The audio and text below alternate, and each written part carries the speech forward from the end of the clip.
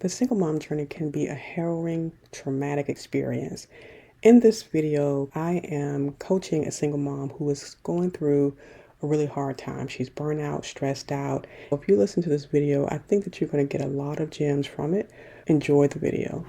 You said a lot. You said a mouthful, and I've been where you are. That's just plain and simple. And it's not a simple answer, but it is. And the first thing you said that really rang a bell with me is you have all these dreams, hopes, ideas about helping single moms, but you're faced with these different challenges.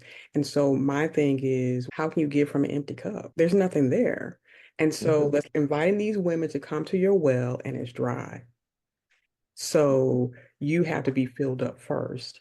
You have to understand that oftentimes our calling or the work that we feel we should be doing is not necessarily the work we should be doing now. We have the gift, we have the ideas, we have the belief that this is something that God's given us, but that doesn't mean He's saying do it now. It just means you have this, put a pin in it, begin to build your own life and self up again so that you're in a place where you're giving from this overflow and not from this last drop you're needing. So that's the first thing I would say to do is take a step back and regroup.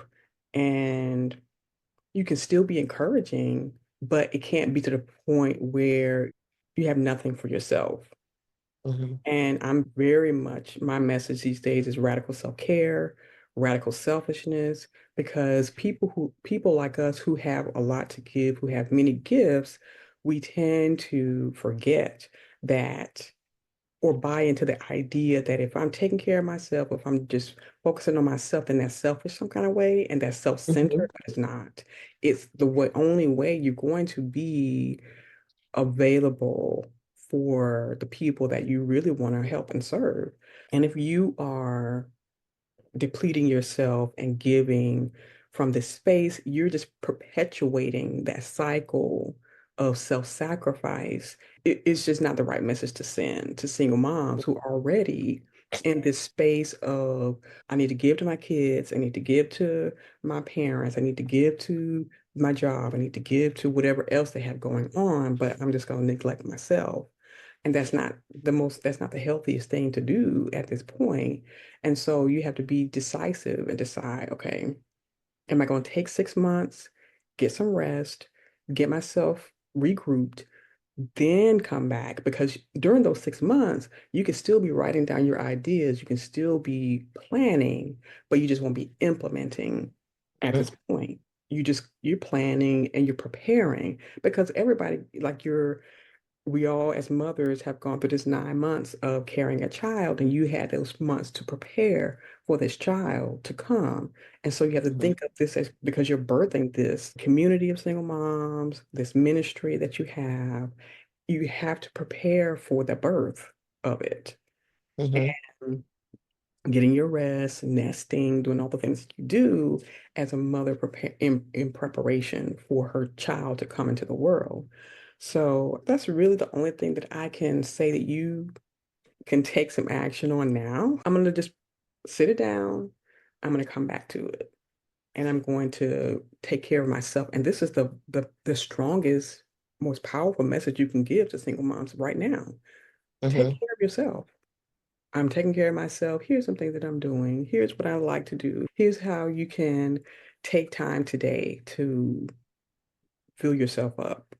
And it's almost like you are setting the stage for when you are ready for a program, you're ready for the community to launch, you're ready for all those things to happen because you're resting and you're just sharing that you're resting and that you are preparing for this new phase and season of your life after you've gotten the rest. Yeah. And you have to really differentiate that between, is it my thoughts? Because I know deep down inside you need rest. That's your spirit telling you, your intuition is telling you you need rest. But then when those critical thoughts come in, when the self judgment comes in, when messages you receive, whether it's from the church or from work or from your parents or from family or from friends, or what if or why aren't you, or because as Black women, we are always doing something. We're Mhm. always giving and we're always helping. We're always healing. We're always doing things. And then, so what I would suggest when those thoughts come, ask yourself, okay, so what have I already done? Just recount the things you've already done. Write them down in the journal. I like to make a list of accomplishments. Go back and look at that list. I've already done all of these things. What more do I need to do? And is it not enough? Because you have to become enough for yourself. You Wow. have to be willing to see all that you've already done and let that be enough for now. And say, you know what? I've done enough to last for 10 lifetimes. So I'm going to give myself this grace. I'm going to give myself this space and I'm going to just relax. Go drink some water. Just make it lemon water, in fact. And radical self-care, meaning you're going to let those thoughts from all these external sources go. And you're going to go against the grain. You're going to go against the mandate to always be doing instead of being. Hmm. And you are going to remind yourself whenever those thoughts come, I've done enough. I've done enough. And accomplishments, who are they for? Is it for you? Is it to look good for someone else? Is it to not feel that pressure that other people put on you? That's why we do things, is because we don't want to feel Hmm. that pressure from other people. We don't want to feel that the critical eye. We're afraid to tell the criticism committee to sit down somewhere in the back and leave me alone, because we've been groomed to believe that we have to always be doing because that's the only thing that gives us validation. But that's a falsehood. That's a narrative that you really got to figure out, am I courageous enough to let this narrative go? Because if you're not able to let that go in this resting period, then when you get back into your active period, you're still going to be bumping up against this judgment, this criticism, these voices in your head, even with the programs that you're creating, because it's always going to be, is it good enough? Am I doing enough? Am I accomplishing enough? All these am I and woulda, coulda, shouldas will continue to beat you until you give up on your program, until you just run back into this cycle of burnout.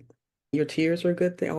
It's all release. You're releasing, and it is a good thing. And as an future empty nester, because you're almost an empty nester. I'm an empty nester now because I had to release my son. He's 24, he's autistic, he's on the high end of the spectrums. He's very able to take care of himself, but not social skills and stuff like that. And it took me a long time to let him go and to really believe and trust that the God that I who gave him to me and I'm giving back to him, Hmm. able to take care of him, and that he is good, and that all my prayers are answered and everything works out according to the excellent plan that God has for him, for me. And so far, he's doing good. My son, I talk to him every day, and just to keep the connection, encourage him, cheer him on, be proud of him, love him, and but allow him to be independent, allow him to create a life that he can truly be proud of and love. And it's been, when I tell you anxiety, that I had anxiety about letting my son go because the world is so big and harsh and it's going to destroy him. But I'm like, but I claim to believe that there are angels and a God who can take care of him better than I can. So what's up with that? So I let him go. He's thriving. He's happy. He wants to, because it was a temporary situation he's in now, but he wants to extend it.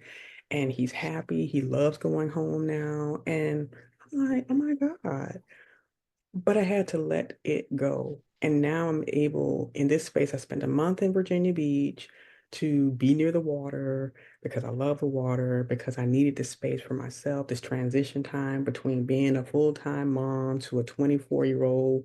My daughter just went to grad school in Athens, UGA for film. She just turned 28, but they have been living with me, especially my daughter. She came back from school during the pandemic, and now she's just now able to leave.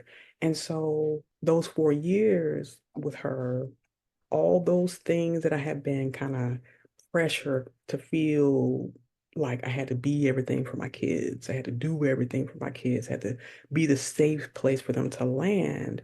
But you need somewhere to land too.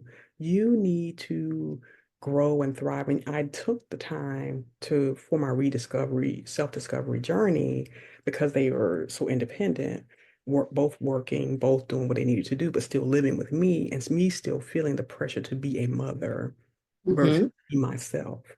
I get it. The releasing, the letting go, the being a support system, being the financier, being the everything. And then my daughter had a dog. So being a dog grandma, all the things. Mm-hmm. But they're both happy. They're both right. And this is the vision I had for them. And seeing and saying my kids thrive, they are happy, they are living their life, they are growing, and they're doing good. So I had to speak that. And when I tell you I speak over my children, I speak loudly over my children. They have favor with God, with man, with everyone. Every time, everyone they run into, they have favor. They're protected. They are loved. They are safe. They are cared for. I literally walk in my room, speaking over my children and trusting that they are good. And now I'm taking control back over my life. I'm rediscovering who I am.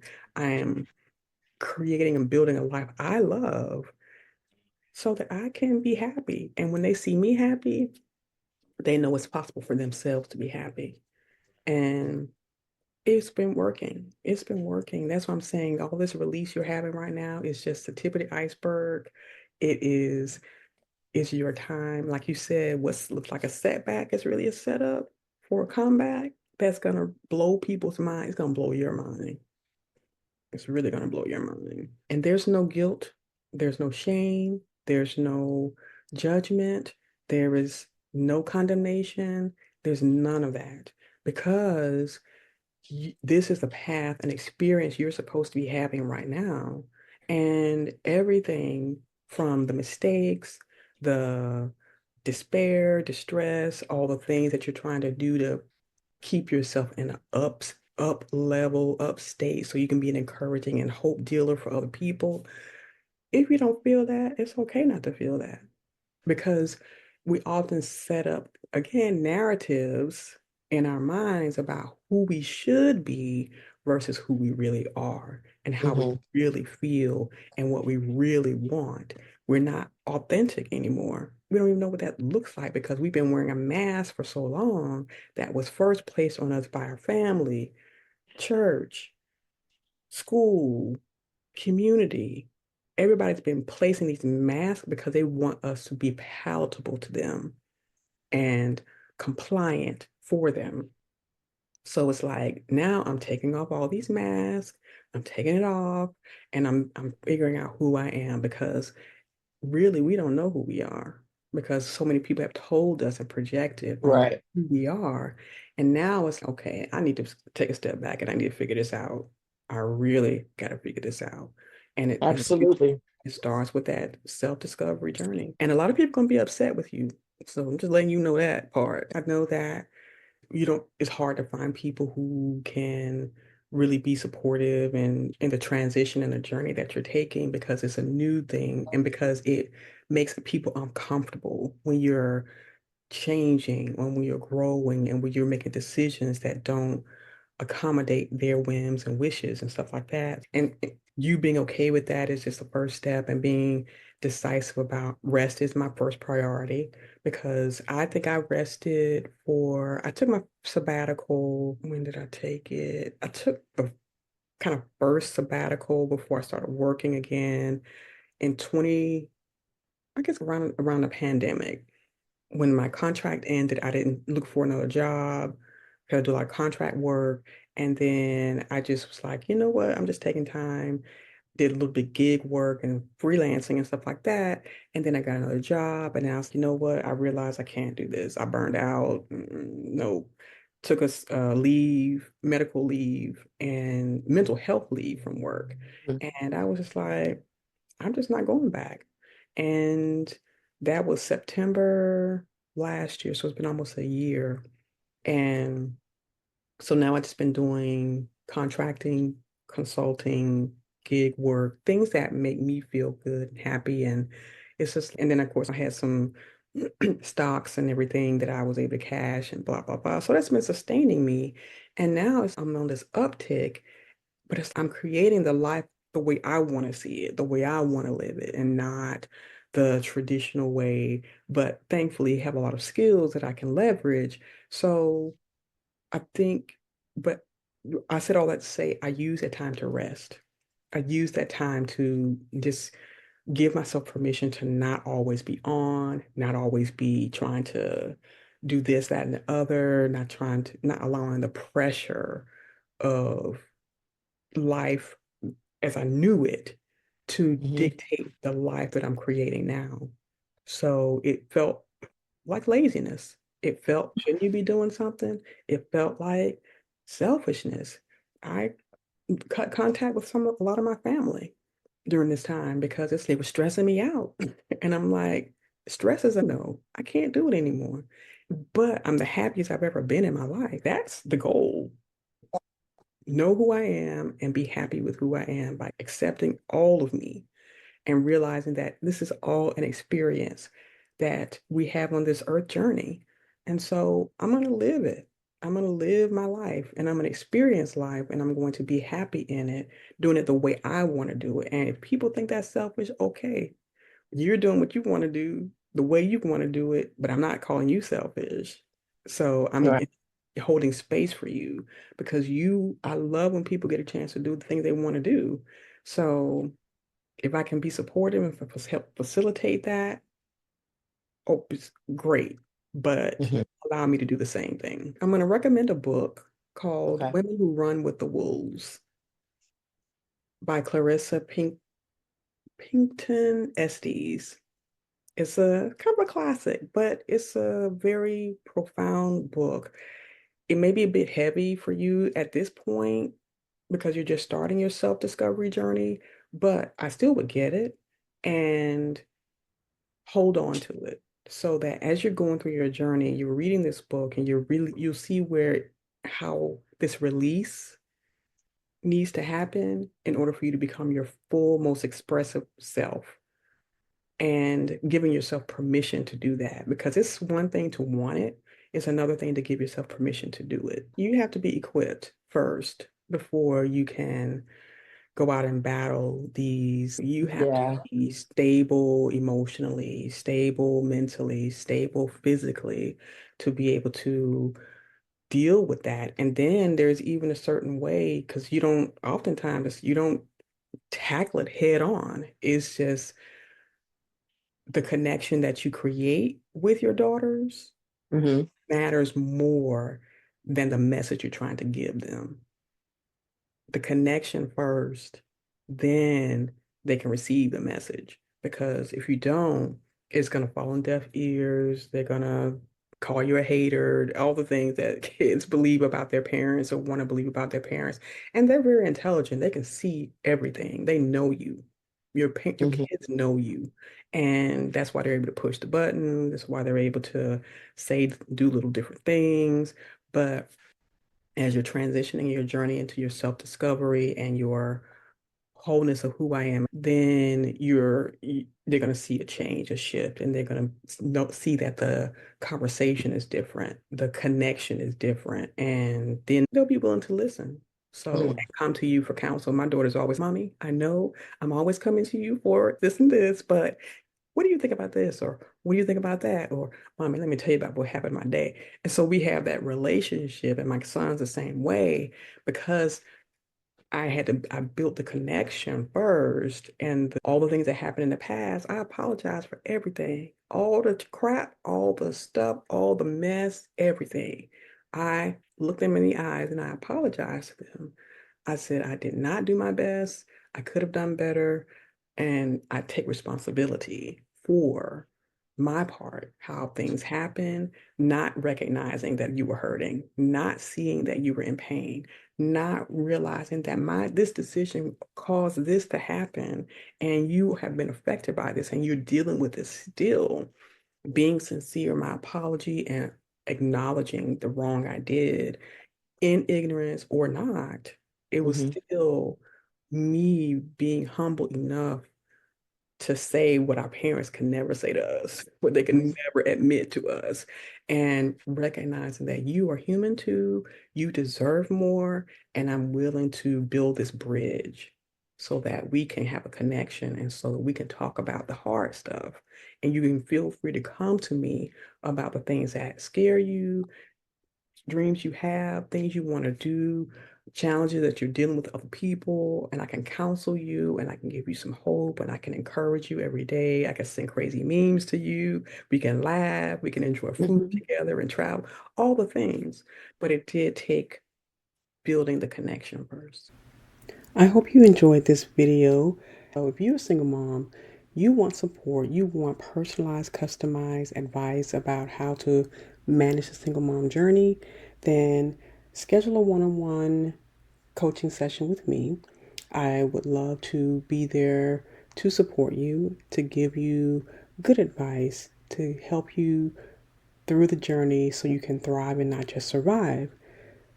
Click the link in the description below and schedule your appointment today.